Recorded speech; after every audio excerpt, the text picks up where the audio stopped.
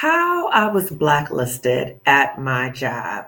I don't really like the term blacklisted, but I'll use the term so you can understand what I'm talking about. Many of us have had experiences in a toxic job, particularly where things have happened, things have gone down, and you have noticed that you have been blacklisted, but nobody wants to say it. Nobody wants to say it, but I am okay with saying it because I'm no longer at that job. I've resigned from that job about 2.5 years ago. So I feel liberated to talking about my experiences. And I want to talk about my experiences because number one, you may be at a job, a particular toxic job right now, and you may be experiencing the blacklisting, the blackballing, all that kind of stuff. Again, I don't like the word because there's power in word and when they use black with stuff, but I'm using this for the purpose of having a common understanding of what blacklisted means. Okay. So I don't like the terminology, but I'm going to share with you about my experiences in the hopes that you can learn from what I've gone through. If you may be going through a similar experience and you may be wondering, like, am I being blacklisted? Like, what's happening to me? Or you might feel a sense of shame about what's happening to you. And you may feel like you can't say anything about it because you're still at the job. So I have a level of freedom because I'm no longer working at that job. And you might think like, wait a minute, is this Dr. Kamani? Yes, it's me. I got on the hat today. I took my braids out. So I have my hat on. If you like my hat, just shameless plug. It is from Fedora Designs. I'm an affiliate of them, as with Dayunu Clothing, African Clothing. So if you want a discount on a hat, a Fedora hat, this is custom made, you can put Lyft as a coupon code and get a 10% discount. So that's my affiliate code of Lyft. And then Diano African Clothing, if you want a discount with them, that's a 15% discount, and you put Lyft 25 in the coupon code. Okay, so I digress. If you don't know me already, I'm Dr. Kamani. I'm a licensed clinical psychologist, a toxic job survivor, but more importantly, I'm a toxic job liberator for Black women. So as we're coming into this new year, and you will see periodically on my YouTube channel, which focuses on helping Black women to leave and heal from toxic jobs. But I'm really here to help all Black women who are in toxic jobs. If you're ready to go or not, I'm here to support you. But it's also been very therapeutic for me to share about my own journey and to really get this toxicity out of my system. And it's really interesting because periodically I'll have memories about the toxic job, about what happened to me that I have forgotten. And for me, I just want to get it out of my system. I just want to get it out. So getting it out of my system, one way of doing that has been YouTube and just openly sharing about my experiences. And again, the hope is that by me sharing my experiences, either you can relate to them or you can feel a sense that you're not alone. But for me, again, this is to get this out of my system in the hopes that it will help you as well.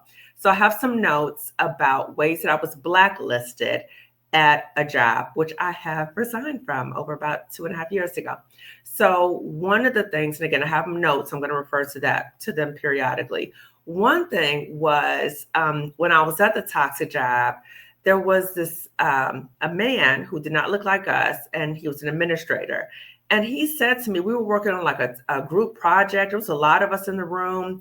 And as he met me, he said, "Oh, you're the one who's difficult to work with." And I was like, what? Like, what is he talking about? Because again, I had been at my job at that time, maybe about 10, 11 years or so. Never had really any difficulties with getting along with people except for the workplace bully and her minions. Okay. But aside from them, no real issues. I had to work with people throughout the whole school district. It's a huge school district. Never had any problems with getting along with people. Again, always had stellar job evaluations. So when he said that to me, I was like, is he talking to me? And he kind of made it like a joke, but I knew he was talking to me about me. And I'm thinking, who told you this? But then I thought, oh, you are in connection with the workplace bully. So I could see her saying that about me. Okay. So interesting when people tell on themselves, but they project that onto you. But he was saying this to me, and I was like, how unprofessional is that to say that to me? It wasn't true. But then I have to look at the source of the data. Okay. So if this is happening to you, look at the source of the data. Who could be saying this about you? And other data, is anybody else saying this about you? Other people having the same experience with you? I did not have that. So again, I was like, okay, another red sign, red flag. Okay. I did a previous video about red flags that I ignored. Now I recognize the red flags, but I ignored them. Like, oh, this dude, whatever. He's friends with the workplace bully, right? So I didn't really pay that much attention to it. But again, as you see, as I'm going through this list, just I went through the list about the red flags that I ignored. You will see it's like a buildup. And there might be a buildup for you too in a toxic job. And I'm encouraging you to really pause and pay attention to these red flags and not to ignore them like I did. Okay. Again, lesson learned. So that was the one. The second thing was I mentioned this on several of my videos that, again, I've been working for the second largest school district in the nation. I was a clinical psychologist. Well, I am a licensed clinical psychologist, but that was my title. And I've been promoted. And then out of the blue, boom, no warning, no clear indication that I had not been doing something appropriate at the job. Boom, demoted to my entry-level position. Now, I'll go into all the ridiculousness about that in my previous video, which I'll put in the description section about the red flags that I ignored. But anyway, boom, put back to the entry-level position, been at the job, again, maybe about 10, 11 years at that point, and demoted. And I was told during that time that I needed to find another position within the school district within a year. Because if I didn't do that, then I would be laid off. So keep in mind, I'd never heard of this ever at the school district. But, that's what they told me. So I started going for all these job interviews. And these are job interviews where my qualifications were up and above what was needed. And I know I nailed the job interviews. Did not get one position following the demotion. And again, this is starting me thinking like, am I being blacklisted? Like, what's going on here? Because I know that I could do these jobs that I'm applying for with my eyes closed. Okay. But didn't get not one of those jobs. The other thing was,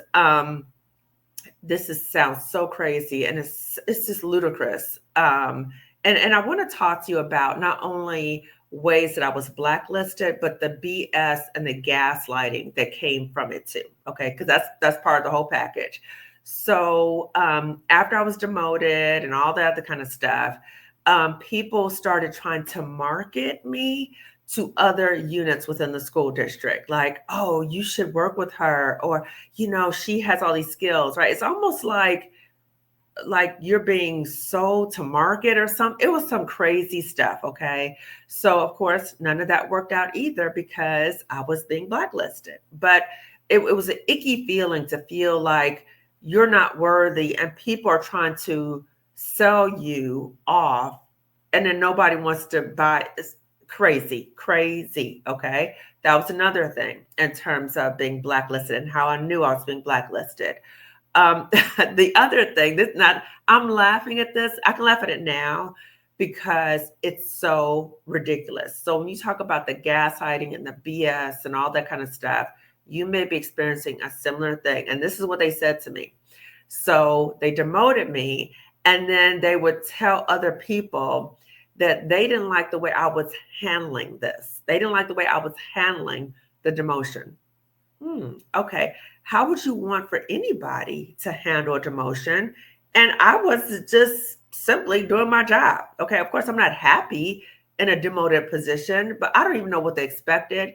But again, gaslighting me. How do you expect me to be after I was demoted and all the ridiculousness? Okay. So that was another sign that I was being blacklisted. And then the gaslighting, the BS that followed. Okay. The other was, when I was at the school district, again, they said I had within 1 year that I had to find another position or I was going to be laid off. Again, never heard of this before. But anyway, so the unit that I was in, the mental health unit that I was in at the time, they blocked me from applying to any other position that I was eligible to apply for. So with my position, it was very specialized because I'm in a school district. Most people there are not clinical psychologists, not licensed clinical psychologists. So I was not a teacher. I was not a school administrator. I was not a school psychologist. I was not a social worker. Okay. So all those different positions, there's a lot of openings. But for a clinical psychologist with a credential that I had to work in the schools, there were not a lot of jobs I was able to apply for. There was a lot of preventions, like I couldn't do this, I couldn't apply for that, I couldn't apply for that. But when I was able to find, and the union was able to help me too, the jobs I was able to apply for, my unit at the time refused to allow me to apply for those positions because this is another lie. They said, oh no, we need her in the clinic. Again, that's my entry level position. We need her in the clinic to do testing. So yes, that was part of my job duties, was listed testing. But let me tell you, I was at that job for a total of 13 years. I had never tested not one student, never. I had never been referred a student for testing, and I'd never actually done testing at all. So I knew that that was a bunch of mess. I knew that they were lying, because they didn't have any referrals for me. And again, I never did any testing at that place. Now, what's very ironic is that testing is now something I do on my own, and it's pretty lucrative for me. So that's what's so ironic, is that they were trying to keep me at the job and that entry level position, lying and saying, oh, no, we can't let her do anything else because we need her to stay at the clinic to do testing. Never did not one day of testing, not one student did I ever test, not one referral. Okay. So that was a big fat lie. But now I'm doing testing on my own terms. So my hope is that you're able to see this also, and me sharing the story, that as you're thinking about the possibility of you pivoting to something different, that you're able to use the skills that you already have and use it on your own terms. Okay. So that was ridiculous. The other thing was this woman who did not look like us.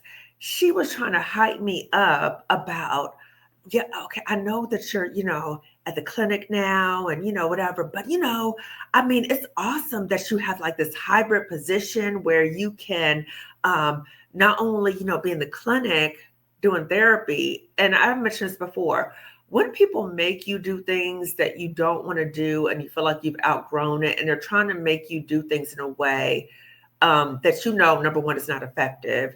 Number two, the way they've done it is so shady. It can take your love for that. So when I was in the clinic and I was made to do therapy, it literally took the love that I had for therapy to the point where I was really questioning if I even wanted to be a psychologist.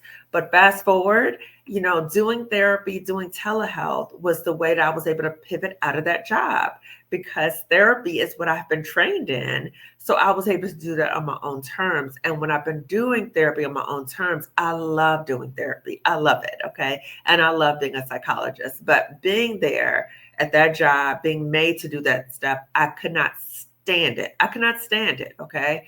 So, she was trying to hype me up like, oh, well, you get to do that. And then you get to do the trainings. Like, that's an awesome thing. Like you have this hybrid job. Like, she's trying to gas me up. And I'm looking at her like, girl, please. Okay.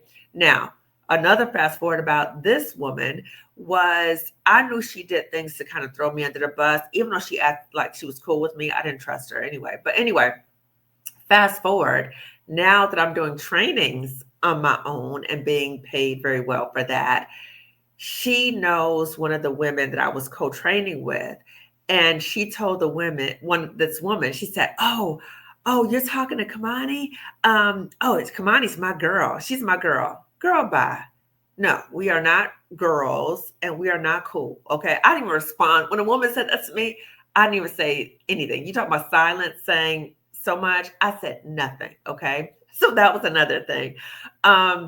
And then I wanted to, so again, ways I was blacklisted and the residual BS and gaslighting from it. So prior to my demotion, I was in a like semi-private location at the clinic, but I was still doing other duties. Like I wasn't, in my demoted position.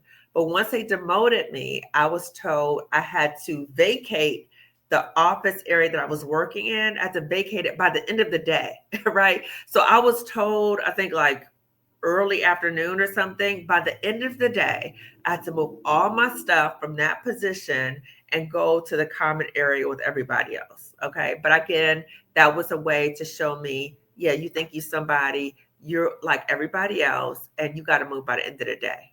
So ridiculous, whatever. Okay.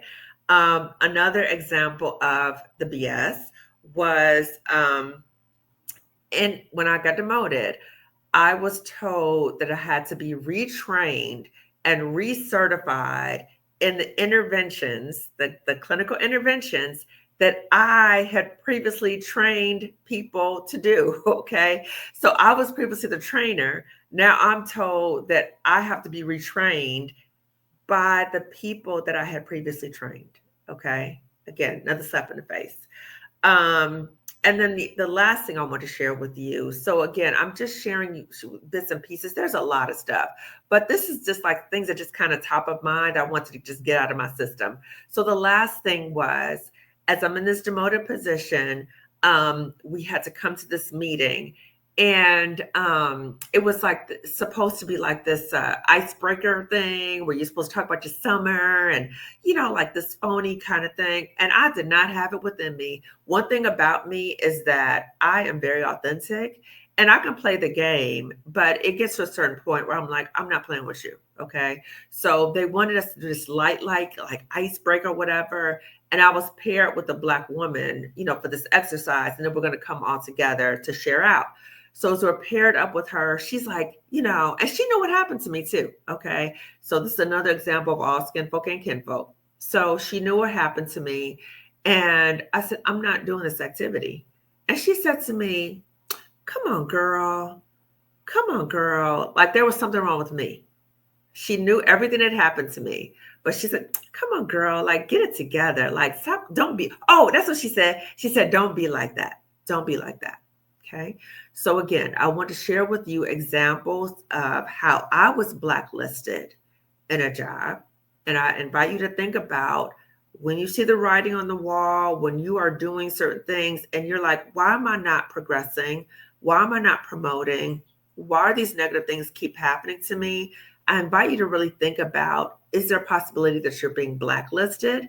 And if that's the case, nothing that you can do is going to make the situation better, because whoever it is, whoever the people are, they have really sullied your name, your reputation, and it's really difficult to move from that. I would suggest, as opposed to spending so much time trying to convince people, because you're probably not going to be able to convince them, okay? Instead of doing that, start thinking about what are the ways that you could pivot to something else and get a fresh start, okay? Because that is like you're in a swamp, basically. And the swamp is just dirty, it's nasty, and you can't drain the swamp by yourself because you're in a toxic system.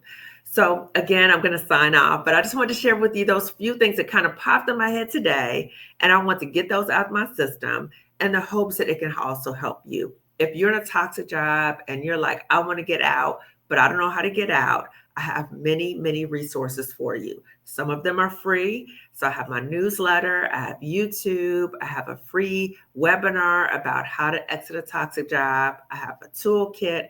All these things are free. But if you also need more support to leaving a toxic job and doing well, pivoting and doing well, I have other resources for you as well in the description section. Currently, we have the financial masterclass coming up, which is January 8th and 9th. So it's me and Dr. Roche Brown. She's a financial psychologist. She is the same financial psychologist whom I work with to get my financial exit plan together so I can leave that job and do well. Okay, so that's January 8th and 9th. It's 7 p.m. Eastern, 6 p.m. Central, 4 p.m. Pacific time, January 8th and 9th. And it is Zoom webinar. So no one will know that you're in the class if you have any concerns about people knowing that you're trying to leave your job, okay? So Zoom webinar, you will not be on camera. Your name will not be listed. So it is an option for you. Again, I have free resources and I have other resources that are more of an investment. But if you are really in a state where you're like, I'm so sick of this, but I need some help when figuring out how to leave and how to leave so I do well after, the financial masterclass is open to you. It is for Black women. Again, January 8th and 9th. You can click the link. I have the information description section, but I also will have it going across the screen. And there's an option for you to gift a Black woman too.